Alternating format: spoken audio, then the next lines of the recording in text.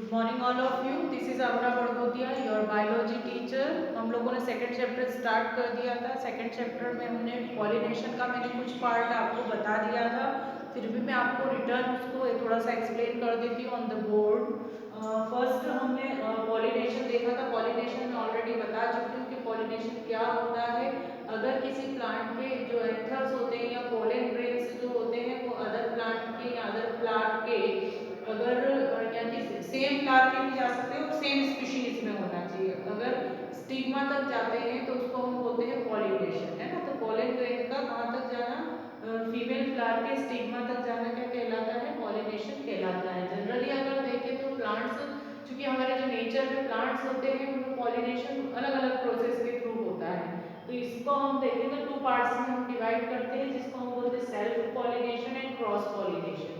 अब self pollination क्या होता है? सेल्फ पॉलिनेशन का मतलब ये होता है कि अगर एक ही प्लांट है ना, एक ही प्लांट है और अगर यहाँ पर कोई फ्लावर लगा है, यहाँ पर कोई फ्लावर लगा है, ये मेल फ्लावर के जो पॉलेन्स होते हैं अगर वो फीमेल फ्लावर के स्टिग्मा तक अगर जाते हैं तो इसको हम बोलते हैं सेल्फ पॉलिनेशन।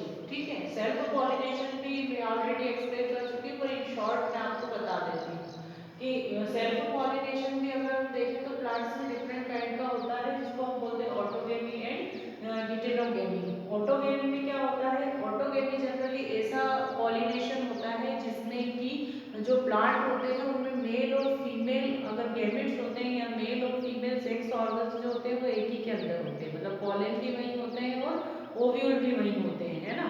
तो इस तरह का अगर होता है तो उसको ऑटोगेमी बोलते हैं। और इसमें मेल और फीमेल जो गैमेट्स होते हैं उनका मैच्योरेशन सेम टाइम पे होता है, मतलब कि जब एक ही टाइम पर दोनों मैच्योर होते हैं तो इसको हम बोलते हैं ऑटोगेमी, है ना। तो होमोगेमी सब फर्स्ट है, इसमें होमोगेमी होमोगेमी में एक्सप्लेन कर दिया था। होमोगेमी में सेम टाइम पर दोनों गैमेट मेल और फीमेल गैमेट मैच्योर होकर पॉलिनेशन करते हैं। इसके बाद क्लिस्टोगेमी, क्लिस्टोगेमी में भी यही होता है। बर्ड पॉलिनेशन, बर्ड पॉलिनेशन का मतलब ये होता है कि फ्लावर खिलता नहीं है, फ्लावर कैसा रहता है, पैक रहता है, कली के रूप में रहता है, उसी के अंदर क्या हो जाता है, पॉलेन्स जो होते हैं वो अंदर के अंदर ही पॉलिनेशन करते हैं, है ना। फिर नेक्स्ट है मैकेनिकल। मैकेनिकल में क्या होता है, जैसे सूर्यमुखी सनफ्लावर, सनफ्लावर को क्या करते हैं, मोड़ देते हैं ताकि उसमें पॉलिनेशन हो जाए। आलू के फूल को झुका देते हैं ताकि उसमें पॉलिनेशन हो जाए। मेल और फीमेल अगर दोनों एक ही में है तो क्या करेंगे, उसको झुका देंगे फूल को ताकि उनमें पॉलिनेशन हो सके। नॉन डेहिसेंस में क्या होता है, नॉन डेहिसेंस में ऐसा होता है कि जो पोलन ग्रेन होता है उसके आउटर कवरिंग टूटती नहीं है, तो पोलन ग्रेन अंदर के अंदर ही क्या करता है, उसमें एक तरह से फ्यूज हो जाता है ओव्यूल्स के साथ। तो इस तरह का जो फ्यूजन होता है उसको बोलते हैं नॉन डेहिसेंस। गिटेनोगेमी में क्या होता है, गिटेनोगेमी एक ऐसा पॉलिनेशन है जो क्रॉस पॉलिनेशन के जैसा होता है। क्रॉस पॉलिनेशन मतलब क्या होता है कि इसमें जो एंथर्स होते हैं, सॉरी जिसमें पॉलेन्स होते हैं वो किसी के थ्रू कहाँ तक पहुँचते हैं, अदर फ्लावर तक पहुँचते हैं, तो उसको हम बोलते हैं ग्लिटेनोगेमी। ये ऑलरेडी मैं एक्सप्लेन कर चुकी हूँ। जो आज का हमारा मेन टॉपिक है, मैंने इसलिए लिया है इसको साथ में ताकि आपको बोर्ड पर एक चार्ट के फॉर्म में शो हो सके। तो नेक्स्ट जो है वो है क्रॉस पॉलिनेशन। अब क्रॉस पॉलिनेशन का मीनिंग क्या होता है? क्रॉस पॉलिनेशन का मीनिंग होता है, यहीं पर मैं आपको एक्सप्लेन कर देती हूँ कि मान लीजिए ये दो प्लांट है ना, ये जो है ये मेल प्लांट है और ये जो है ये फीमेल प्लांट है। ये जनरली उन्हीं में ही होता है जिनमें मेल और फीमेल प्लांट या स्पीशीज अलग अलग होगी। सेम स्पीशीज में होगा पर मेल और फीमेल प्लांट सेपरेट होंगे। जनरली ये किसमें होता है, बैंगन में भी हो सकता है ना।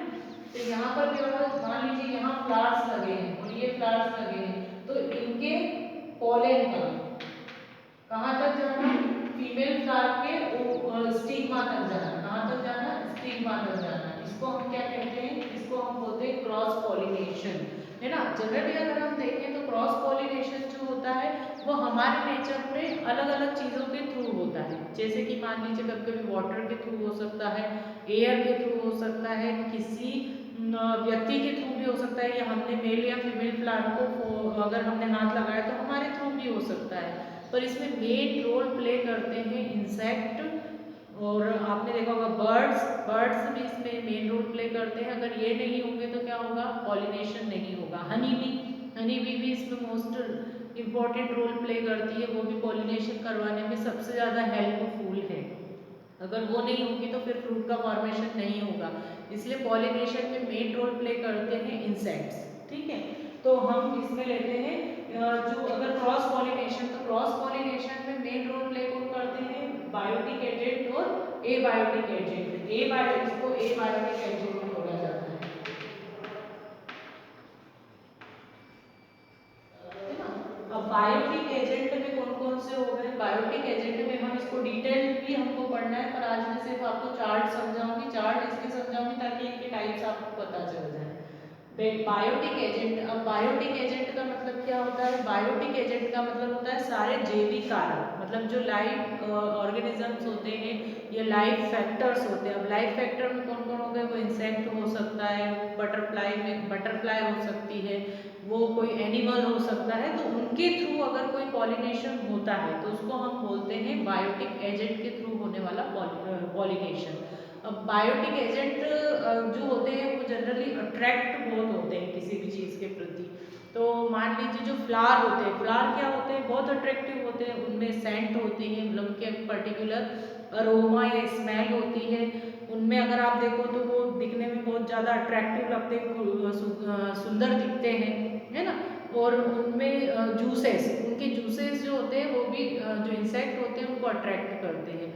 तो अगर किसी भी प्लांट में अगर बायोटिक एजेंट के थ्रू पॉलिनेशन होता है तो उस प्लांट में जो फ्लावर होते हैं वो सेंटेड होते हैं, मतलब खुशबू वाले होते हैं, दिखने में खूबसूरत होते हैं, साथ में उनमें जूसेस बहुत ज़्यादा सीक्रेट होते हैं या जूसेस की क्वांटिटी उनमें ज़्यादा होती है। तो ऐसे प्लांट्स में ही जनरली इंसेक्ट के थ्रू या किसी एनिमल के थ्रू पॉलिनेशन होता है। तो जनरली हम देखें तो जो बायोटिक एजेंट है वो कौन कौन से होते हैं, किस, तो उस बेस पर हम कितने पार्ट्स में इसको डिवाइड करते हैं, उस बेस पर हम इनको 3 पार्ट्स में डिवाइड करते हैं। फर्स्ट आता है एंटोमोफिली। एंटोमोफिली मतलब एंटीमोलॉजी जो होती है वो इंसेक्ट से रिलेटेड है, तो ऑब्वियसली ये जो पॉलिनेशन होगा वो किससे रिलेटेड होगा, ये होगा इंसेक्ट से रिलेटेड। सम प्लांट जैसे साल्विया है ना, साल्विया में अंजीर आपने देखी होगी, अंजीर में भी इस तरह का पॉलिनेशन होता है ना। तो कुछ ऐसे प्लांट्स होते हैं कि जिनमें ऑर्किड, ऑर्किड के जो फ्लावर होते हैं उनमें भी इस तरह का पॉलिनेशन पाया जाता है।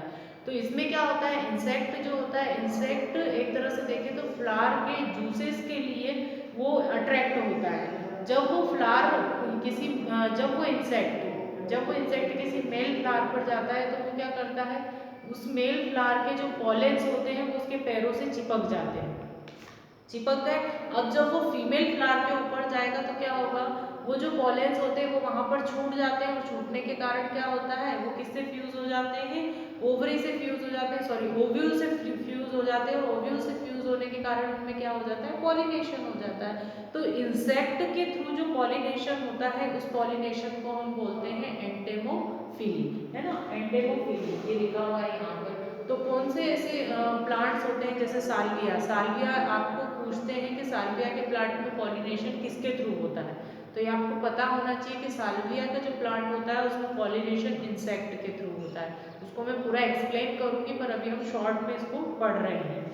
नेक्स्ट जो है ऑर्निथोफिली, ऑर्निथोफिली ऑर्निथोलॉजी, ऑर्निथोलॉजी का मतलब ये होता है जिनमें बर्ड की स्टडी करते हैं। तो ऑब्वियसली जब बर्ड के थ्रू अगर पॉलिनेशन हो रहा है तो उसको हम बोलते हैं ऑर्निथोफिली।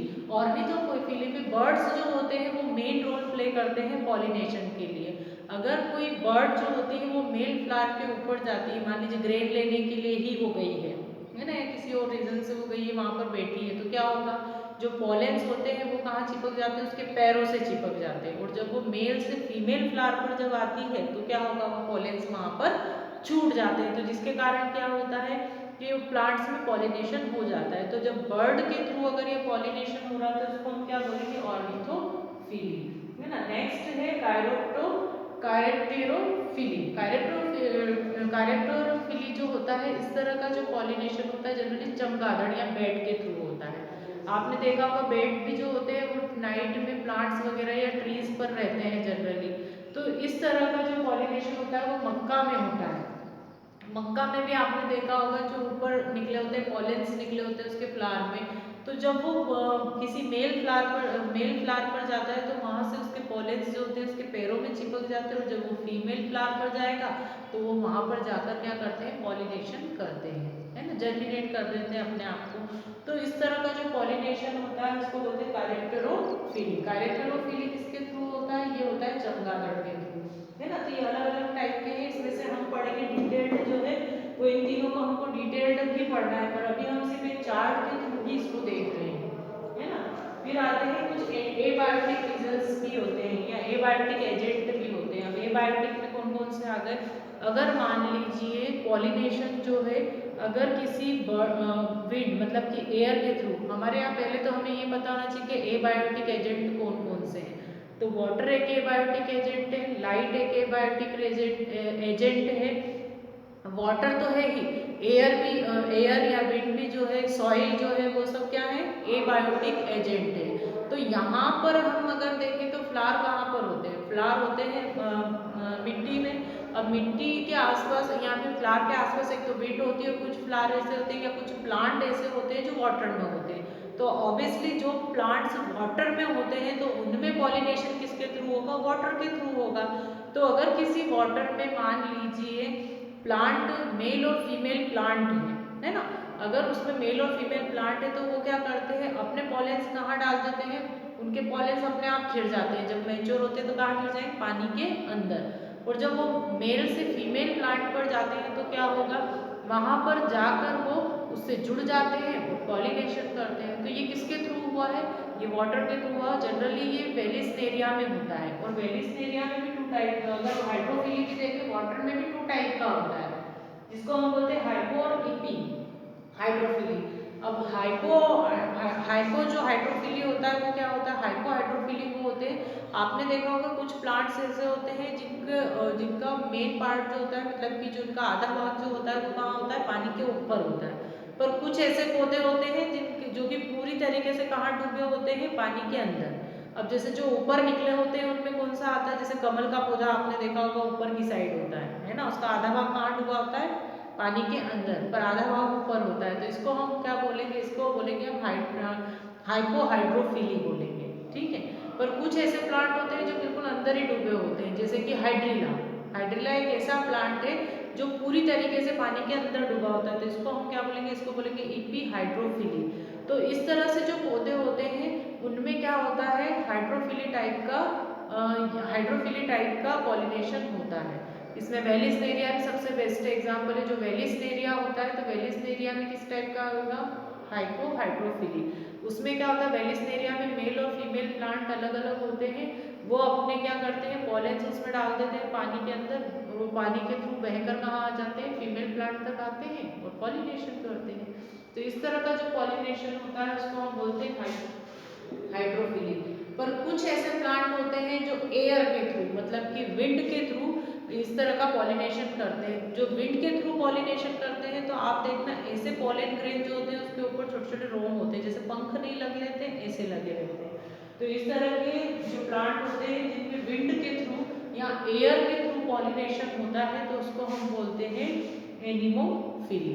तो एनिमोफिली में ये होता है। अब हमको जो पढ़ना है, अब मैं नेक्स्ट वीडियो में आपको सेंड करूंगी। एंटेमोफिली इंसेक्ट के थ्रू जो एक तो साल्विया के पौधे में कैसे होता है, एक अंजीर के पौधे में कैसे होता है, और एक और ऑर्किड, इन तीनों में इंसेक्ट के थ्रू पॉलिनेशन कैसे होता है उसकी मैं पूरी प्रोसीजर आपको समझाऊंगी। और भी तो ये तो आपको समझ में आ ही गया होगा कि बर्ड के थ्रू हो रहा है, बर्ड अगर मेल और फीमेल प्लांट पर जाते हैं तो उनमें पॉलिनेशन होता है। कैरेक्टेरोफिली, इसमें क्या होता है, चमगादड़ के थ्रू होता है, और ये मक्के में होता है, मक्के के पौधे में, है ना। एनिमोफिली भी आपको समझ में आ गया कैसे हो रहा है। और हाइड्रोफिली मतलब वाटर में हो रहा है। वाटर के एग्जाम्पल, इनके एग्जाम्पल्स आपको पता होना चाहिए कि कौन कौन से ऐसे प्लांट है जिनमें इस तरह के। और जनरली साल्विया का तो पूछते हैं, साल्विया का एक ऐसा एग्जाम्पल है जो हमेशा आता है, तो साल्विया का मैं एग्जाम्पल आपको डिटेल्ड बता दूंगी। तो यहाँ पर जो ये पॉलिनेशन के जितने भी पार्ट्स थे उसका चार्ट कंप्लीट हो गया, इनको हमको डिटेल्ड पढ़ना है। ये वाला पोर्शन हम ऑलरेडी डिटेल्ड पढ़ चुके हैं, वो पोर्शन हमको